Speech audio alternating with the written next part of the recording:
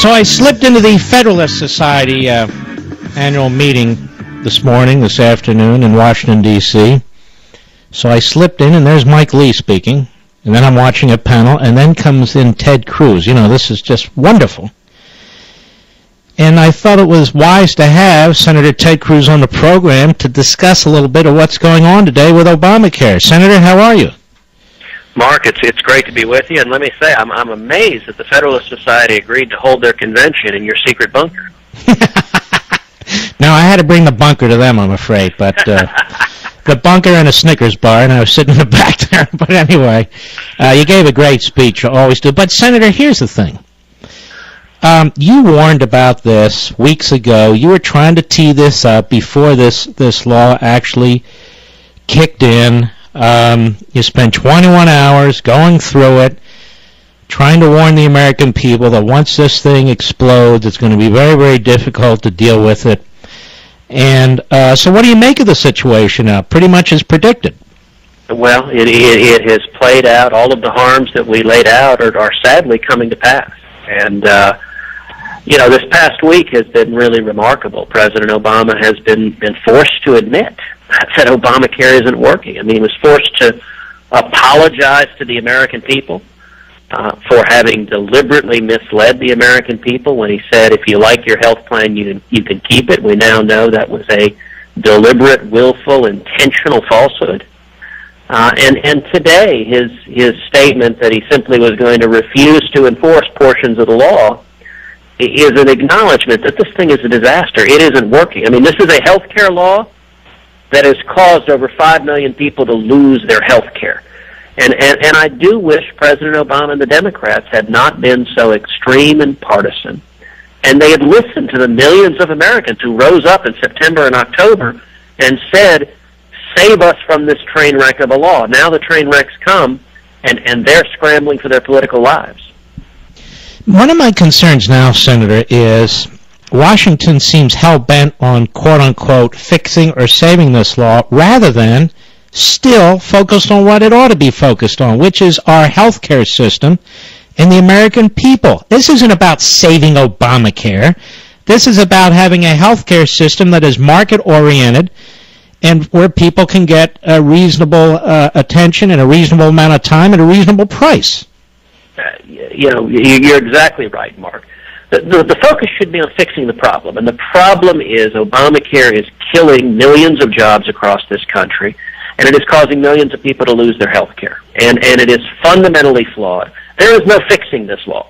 It is a disaster. It was ill-conceived from day one, and you know what we're seeing right now from a lot of Democrats in Congress is a desperate, panicked desire to find some cosmetic Band-Aid, something so that they can go and tell their constituents that they can pretend they did something. And I will give them this. They're coming up with lots of good titles for the bills. So you know, I expect the next bill filed to be, if you like your health care, you can really, really, really keep it. But none of these do squat for the 5 million plus people who've already lost their health care. What the president proposed today, what the Democrats are proposing, it isn't going to fix it. It's not going to solve the problem. The only way to solve the problem is to recognize this thing isn't working. Let's repeal it and let's start over. And what better time to push that in the House? And even if it sits there in Harry Reid's inbox, to put pressure on him, if not now. I'm a little concerned, Senator. I'd be interested in your take if you have one. If the House votes, the Camp bill is not all that clear to me, but if the House votes for a bill that allows basically what Obama says, and then it goes to the Senate, and some people, and I think Eric Erickson is right, then Reid will use it perhaps to do something else. But my point is, what is the point of a vote like that? Yeah. Look, there are lots of proposals. Some people are trying in good faith to respond to the problems of Obamacare. Other people are just looking for political cover. But the reality is all of these cosmetic bills are not going to fix the problem. For the 5 million plus people who've lost their health insurance, they won't do anything to help them. The way to help those people is, number one, to recognize Obamacare isn't working. Let's start over. Let's repeal it. And number two, we ought to enact real health care reform that allows people to purchase health insurance across state lines, that reduces the mandates. I mean, look, economics 101. If you want to expand access, and I think most people would like to see health care be more affordable, if you want to expand access, cost is the biggest barrier. And ideally, we should see a marketplace where cost goes down and people have a lot more choices. And what Obamacare does is it goes the opposite direction. It makes health care more expensive and fewer choices, and that's why millions of people are losing their health care. Instead, we ought to empower patients so that health insurance is personal, it's portable, it's affordable. Like your car insurance, it goes with you from job to job, and you own it, and you can buy it across state lines. That would do far more to improve health care than anything in Obamacare. And why is this so controversial? Why is the notion of capitalism and competition and driving prices down and options increasing? Why is this so controversial? Do we not have an antitrust division which at least theoretically exists, to promote this, and yet when the government gets involved, it promotes the opposite? Well, it's the simplest and oldest problem in the world, which is that politicians like to give away free stuff. And there are a lot of politicians, a lot of Democrats, and sadly some Republicans who campaign on giving away free stuff. But as you know, the first principle of economics is Turnstile. There ain't no such thing as a free lunch. And any time politicians run around saying, I'm going to make sure your insurance policy covers X, Y, and Z, you can guarantee that the price is going to go up to pay for X, Y, and Z. So all the free stuff does is makes insurance more and more and more expensive, so a whole bunch of people can't afford it. And if we would simply allow people to purchase health insurance across state lines, what we would see is a 50-state national marketplace, real competition, so that, for example, young, healthy people, many of whom don't have health insurance now, if they had the access to low-cost catastrophic policies, they may well choose to buy it. But if a 22-year-old single man has to buy a comprehensive plan that covers everything, including a hip replacement, which he's not going to need for 50 years, he's not going to buy the insurance because no one wants to spend the money that Obamacare is trying to get people to use to subsidize other folks. It's a totally misguided policy, which is why it didn't work. Senator Ted Cruz, are you concerned about this growing use of executive power to change a statute, to decide waivers and delays, and you're going to allow this group to do that group? I mean, this is something we ought to be really, really troubled about, don't you think? You are exactly right. It is one of the most profoundly troubling aspects of the Obama administration is the degree to which this is a lawless administration. Looking at the president's speech today where he simply says, okay, these parts of the law we're not going to enforce. And I have to admit, I was scratching my head trying to think of historical precedents. I mean, as you know, Article 2 of the Constitution puts a responsibility on the president to, quote, take care that the law be faithfully executed. Not only does this president not take care to faithfully execute the laws, but throughout his administration, we've never seen a president who picks and chooses the way this president does. He says, immigration laws, I'm not going to enforce those. Drug laws, I'm not going to enforce those. Obamacare, well, I'm not going to enforce it against big business. I'm not going to enforce it against members of Congress. And now I'm going to pick some of your plans. If I like them, I won't enforce them against them, except on alternate Tuesdays when I'm wearing a yellow hat. I mean, it is the antithesis of rule of law. It is rule by arbitrary whim and discretion. And as you know well, that is profoundly dangerous. I mean, for millennia, we had societies where monarchs ruled by whim, and the natural result of that is tyranny and the loss of freedom of the citizenry. And I think one of the saddest comments is the almost complete silence from Democrats, from the left, from the academy, at the abuse of executive power. When Republicans have abused executive power, people like you and I spoke out against it, conservatives spoke out against it because we believe in rule of law, And yet the left and the media sit by silently as this president picks and chooses which laws to follow and picks and chooses against whom to enforce one law or another. Now, Senator Ted Cruz, you don't have to give me names. Have any senators who were openly attacking you or behind your back, who, have they come up to you and apologize to you and say, Ted, turns out you were right about this all along? Any of them do that?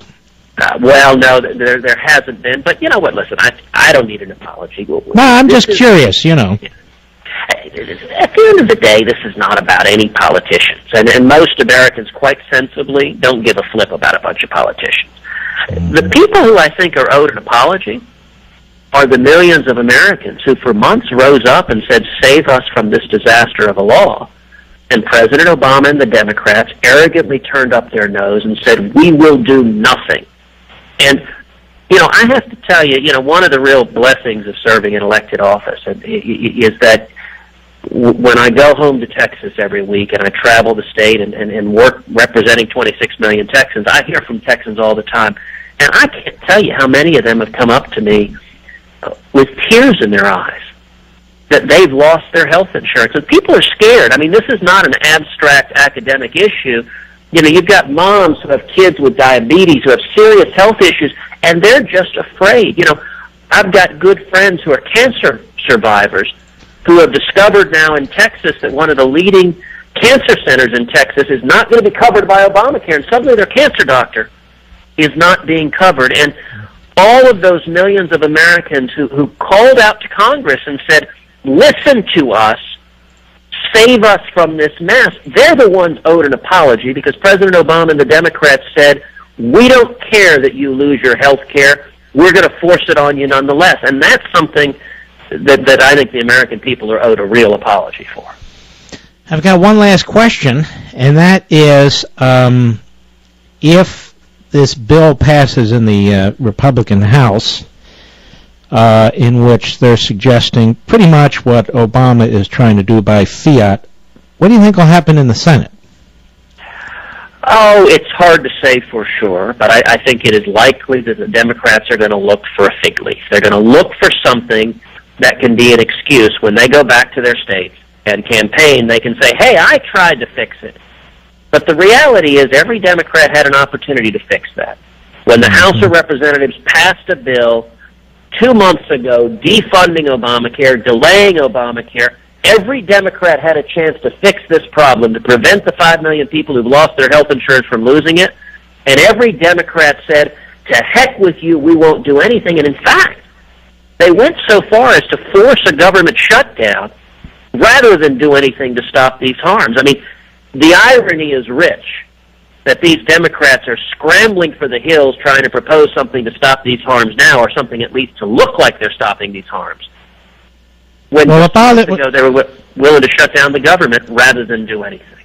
Well, what bothers me is Obama lied repeatedly to get this thing passed, and then they manipulated the law to get around various election cycles, and every one of those Democrats you speak about went with him down the line, one after another, and you and Mike and Marco and others gave them an opportunity to do something about it, and they stuck with party, they stuck with Obama, they stuck with ideology, and they blew off their constituents. And now they're going to have to answer for it. Yeah, no, that's exactly right, and those Democrats, every one of them, repeated the falsehood. Hillary Clinton told the American people, if you like your plan, you can keep it. Now Bill Clinton's desperately trying to run away from that and dump President Obama and Obamacare overboard to save Hillary.